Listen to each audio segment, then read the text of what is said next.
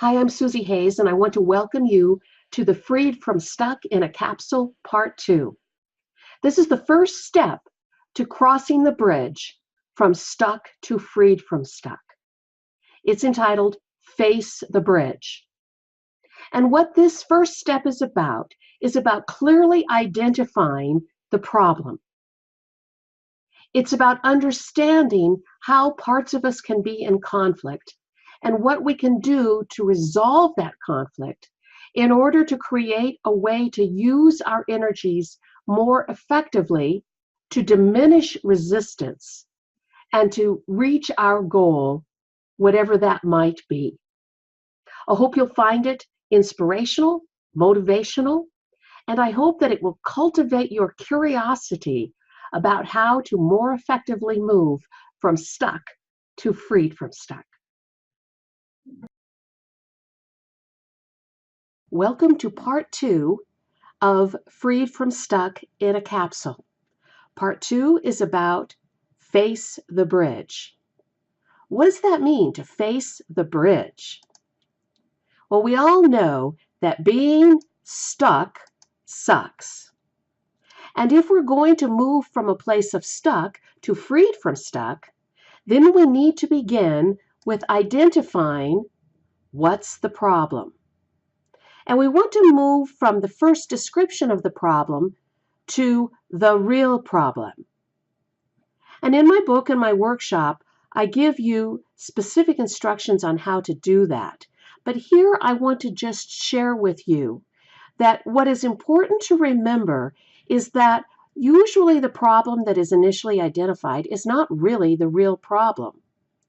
Even the more in-depth description, which we call the presenting problem, isn't the real problem. If you want a clue about what is the real problem, then what you need to appreciate is that what is the real problem has to do with pain and unmet needs. If you begin to explore those two parts of your problem, you will be on your way to identifying what the real problem is. Once the need, the real need, the unmet need, is honored and satisfied, the energy invested in resisting can now be directed towards success. For example, we say, I can't, I want to, and I've been blocked because I need to attend to this unmet need. For example, I can't show up on time, I want to be prompt, and I need to know I deserve to be respected. So it isn't about needing a better strategy or time management plan. It's about dealing with the problem at a deeper level, understanding why we might be blocking ourselves at a deeper, more important place and attending to that need. So the need in this example is that the pain is not feeling that you can be respected. And the unmet need is about beginning to do what you need to do to understand that indeed you do deserve to be respected and you do deserve to show up in a respectful way. So what's keeping you stuck? It can be either external or internal, but what we understand that when it's internal, that's where we can make the change. Clearly identifying the source of the block and what actually needs to change is essential for you and your clients in order to dare to cross the bridge from stuck to freed from stuck. So internal needs, internal blocks, can actually be about beliefs, about yourself, about others, about how the world works around you. It can be about habits or patterns that have formed through repetition. It can be about your thoughts, feelings, actions. It can be about your emotional state, fear, shame, guilt, hopelessness, or even self-doubt. What's important to understand is that our conscious mind works in incredible ways, and often to be able to get to the real problem, we need to appreciate this structure. So let's look at this for just our discussion here today. Being able to understand that internally, for a long time, there's been the understanding that we do things that we don't understand that we do. Going back as far as St. Paul in the New Testament, he says, I do not understand my own actions, for I do not do what I want, but I do the very thing I hate.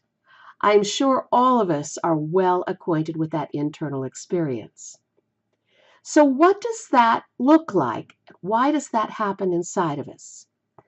Fast forward to the last century and understand that Sigmund Freud brought to us an understanding of this internal working in ways that we had not understood before. He came to identify that we have the conscious mind, which is that part of our mind, about 10 to 20%, that is about our conscious awareness. It's about that you're aware right now that you're listening to my voice.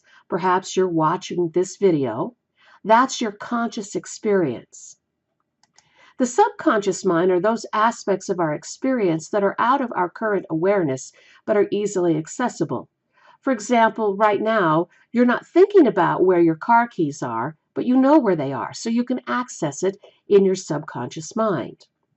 And then there's the unconscious mind, which is actually about 80 to 90% of our mind. It's designed that way because if we had to think about everything consciously, including how we moved and how we breathed, it would be very cumbersome. We really wouldn't be able to live any quality of life. So part of what we came to understand is that there are parts of us that function sometimes in conflict. Yes? Let's fast forward to 1997 when a clinician by the name of Richard Schwartz identified what we call internal family systems. He talked about the experience of parts. Now, we can have all kinds of parts inside of us. You know the feeling. They can be conflicted, sabotaging, destructive, fearful, tiring, and isolating. It's important to know, however, that even these parts that seem to be destructive have been created for our own self-preservation, and that in fact they are intelligent, purposeful, persistent, resilient, and they identify needs that need to be attended to. Each part desires respect, understanding, and compassion, which means that our task is not to banish parts of ourself or condemn parts of ourself, but rather to look more deeply and understand the need that they are identifying and how that part is trying to serve us. What we really want is we want all of our parts to be able to function in a united, energetic, happy, peaceful, joyful, content way. How does this happen? It happens when we bring a dialogue among those parts together with a common understanding of working to meet our needs. This is what is called integration. And this is the foundation of living our lives with integrity. So how do we bring these parts together? It's important that we cultivate compassionate curiosity. That means we ask quality questions. For example, quality questions such as, Am I ready to know this part? Am I willing to accept this part of me without fear or judgment? Am I open to listening and learning from this part? Am I courageous enough to love this part? What purpose does this part serve? What need does this part seek to meet? What strategy has this part learned? And what better approach does this part need to learn? What help does this part need from me? What are we really doing when we're working with those conflicted parts to understand the pain and the unmet need?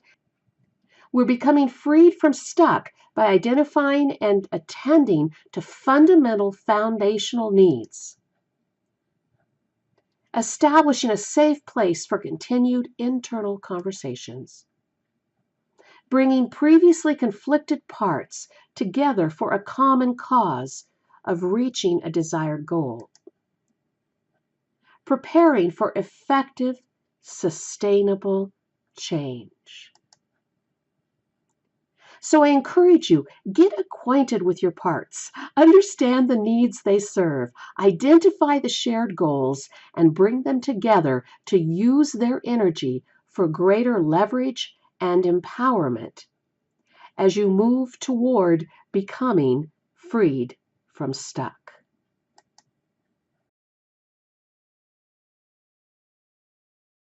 Hi, Susie Hayes again. I trust you found that information to be informative, interesting, and encouraging. You know that you can contact me with any questions at www.freedfromstuck.com. Part 3 will be about recognizing the bridge. This is about looking toward the future, activating a process to reach your destination, and in that process, discovering your destiny.